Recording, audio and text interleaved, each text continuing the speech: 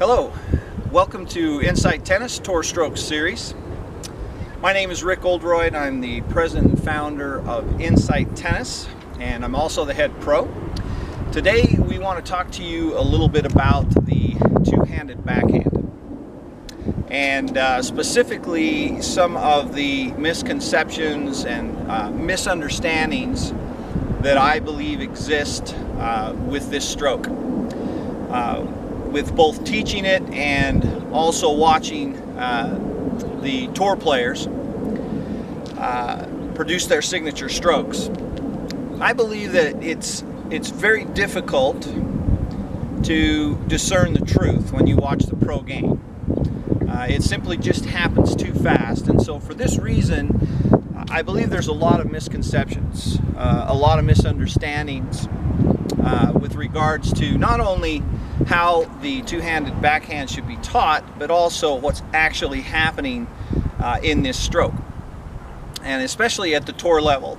These series of videos are designed to teach you how the best players in the world hit the ball, specifically and precisely how they hit the ball, so that there's no question about the biomechanics and the technique that they're using. Now, it is widely believed that the tour players, when they hit a two-handed backhand, have what I would call excessive wrist rotation or wrist flicking or movement at impact. And what I mean by that is essentially they come into the ball, and as they come into the ball, they're going to do this with their wrists. Okay? So let me make sure that that's in the frame here. So I'm good hip and shoulder rotation. I'm taking the racket back. I'm stepping into my shot, and as I'm coming into the ball, I'm going to come and rotate back to impact. I make contact out in front, and then I'm going to do this with my wrist, whether it starts here and then goes to this way. Now, if in fact that were true, then when you look at pictures of the best players in the world and the tour pros, after impact, you would clearly see that their racket would be up in the air like this, straight up in the air, right? And you can see, if you've ever looked at any pictures or video or anything like that, that is absolutely not the case. And so there's a lot of misconception around this. It happens so fast at the tour level that is really difficult and hard for you to discern. So it's understandable why these misconceptions occur, but I also believe that this is a big reason why recreational players and club players struggle with their two-handed backhand in getting depth and penetration to their shot, because they have what I call a glancing blow.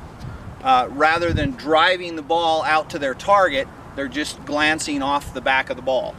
So what we want to look at here that illustrates that this just doesn't happen is, if that were the case, and as they came into the ball and they made contact here, the racket, as I said, would be up here. The other reason why I believe it doesn't happen is because it would disconnect them from their power source, which is their body. We all know, anyone who's been in tennis for a long time knows that the power comes from the ground, through your body, up through the kinetic chain. But your body is the power source, not your arm and not your wrist. As soon as if you think about it from the laws of physics, as soon as I do this with my hands, I've disconnected myself from my power source, which is my body.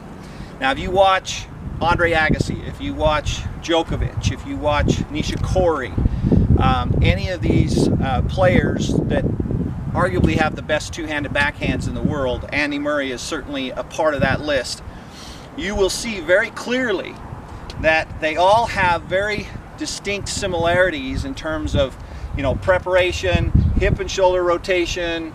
They take the racket back with their body, not their hands and arms, and they drop the racket below the level of the ball. They rotate back to impact, but at impact, their hands extend out through the ball, all the way out until they come up here and finish on their wrap, and of course their left foot comes around to assure that their trunk rotation was in fact complete.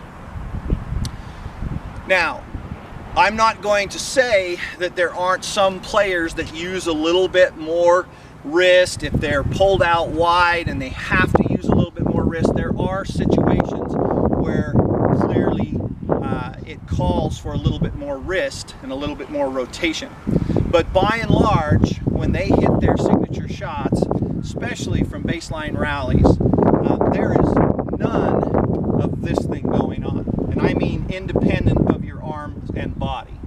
Now, that being said, they do come into the ball and they go from a low position to a higher position, which imparts the spin that everyone thinks that they're creating by doing this kind of a thing. Once again, we know that that's not happening, because if it was, then the racket would be up here, the racket would be in different positions after impact, and clearly it's not. So what you want to do to hit this shot, first of all, as we all know, you get a good ready position and you're going to take the racket back with your body. You don't take the racket back with your arms. Notice that I just turned my body. That allows me to load on my right leg here as I step in, as I allow the racket to drop into position as I step in, right? So just in slow motion here, and I'm stepping in, timing the ball. As I rotate back to impact, I make contact here, and I want to continue my path of my racket out towards my target as long as I can until the natural deceleration and wrap phase happens at the end. But that happens as a product of the swing and of the acceleration of the swing, not me thinking, rotating or flicking my wrists or anything like that. Now, you're probably thinking, well, how do I impart spin on the ball, or how do I get top spin on the ball? Believe me, if you take the racket here, just like Djokovic does, just watch carefully, any video you see of him, you're gonna see that he takes his racket back like this, and when he steps into the ball, he comes down, his racket drops below, and he rotates back to impact, right? He rotates back to impact, staying connected with his body, and then he extends his arms out through the ball, and after the ball's long gone, this wrap and this finish happens. Now, if we think about this from the laws of physics, simply from the laws of physics themselves, the longer I allow my racket to travel out towards my target, the better chance I have of hitting the ball to that target. And that's just simple physics. So the next time you're out there on your two-handed backhand, practice this.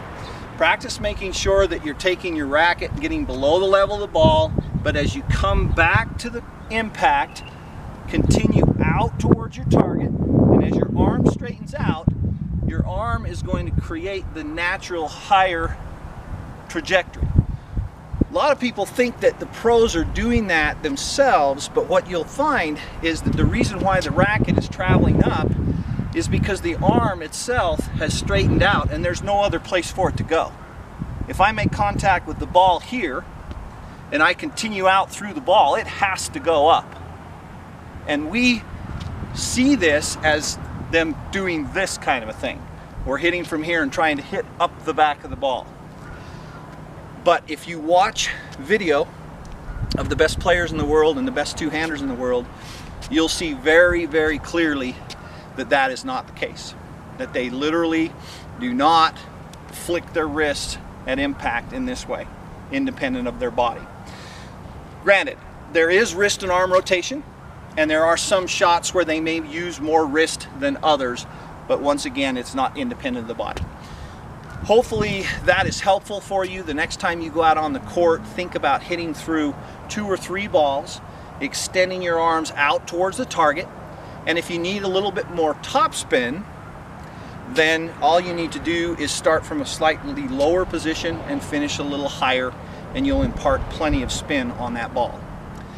The problem with hitting it the other way is it's a glancing blow, and there's really not a lot on that shot. So when you play a good advanced player, they're just going to come in, take that ball on the rise, make contact, pound it into the corner, and take control of the point. So it really doesn't gain you anything. Once again, just by way of review, allow that racket to come back, take your racket back with your body, not your arms and your hands. As you step into the ball, you make contact with the ball, and you're going to extend out through your target. Once again, out through the ball. Notice that there's no wrist or very little wrist. There's wrist and arm rotation, but no flicking or snapping. Once again, out through the ball, and then come around to finish the wrap. Notice that I'm also landing with my feet perpendicular to the court so that I can recover really easily back to get ready for the next shot. Once again, hopefully this is helpful for you.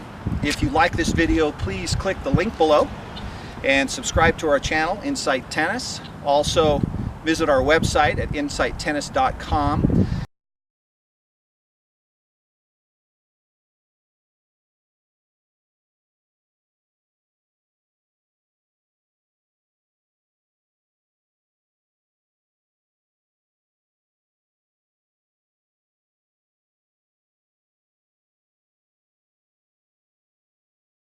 If you have a particular part of your game that you're struggling with and you feel like you've come to a plateau and you just can't seem to get any better, what I've found in over 20 years of teaching is that more often than not, the reason is incorrect biomechanics and incorrect understanding of technique and biomechanics.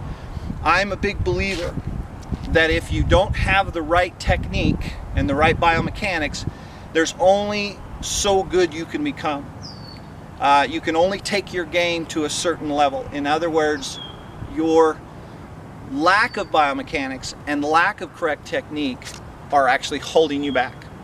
You can only become so good with certain biomechanics. So I'm a big believer that you start with the right foundation, and then we can build on that foundation such that how good you become is entirely up to you and entirely up to what you're willing to do, how hard you're willing to work, price you're willing to pay.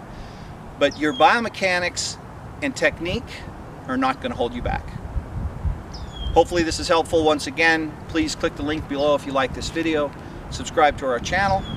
Check out our website, and please send your videos to us so we can do an analysis and help you out with your game. Thank you for your time. We'll see you out there on the court.